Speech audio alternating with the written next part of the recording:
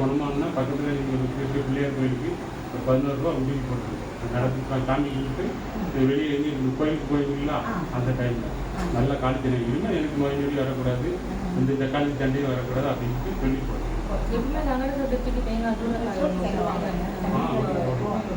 ஒரு எலுமிச்சம்பழத்தையும் தலையில் வச்சுட்டு ஒரு ஈட்டியில் குடிச்சிங்கன்னா அதுக்கு ஒரு எந்த பிரச்சனையும் இருக்குது. நீங்கள் பட்டு உங்கள் கதையை பார்க்க கோயிலுக்கு நீங்கள் போகலாம், பணங்களுக்கு போகலாம், எந்த பிரச்சனையும் இருக்காது.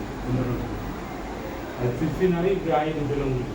அது சிஸ்டி நீங்கள் பார்க்கல, இந்த முகமே நான் அறந்து போய் தான் இருக்குது. அந்த பழைய ஃபஸ்ட்டு வந்தீங்களா அந்த அந்த ஒரு ஒரு விறுவிறுப்பு இல்லை.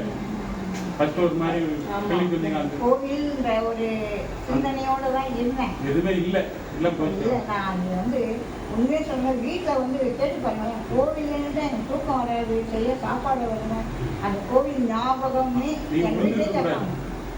அந்த கோயில் சிந்தனை இருந்ததுன்னா விழுந்திருக்க மாட்டீங்க, இல்லைனால தான் விழுந்தீங்க.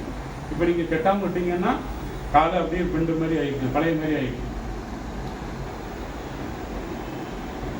எவ்வளோ தக்க மஜாஜ் பண்ணுறோமோ அவ்வளோ தக்க தெரியும். இன்னும் முரட்ட வைத்தியம் பார்த்தா தெரியும், ஆனால் தாங்க முடியாது. இந்த இடத்துல அப்படி இப்படி இப்படி பண்ணுறதுன்னா தாங்க முடியும்.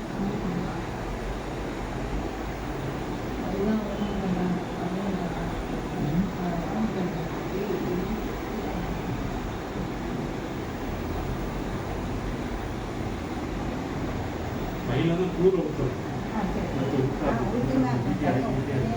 பச்சளை காயாமல் இருக்கும், பச்சளை காய்ச்சல் தான் மருந்து.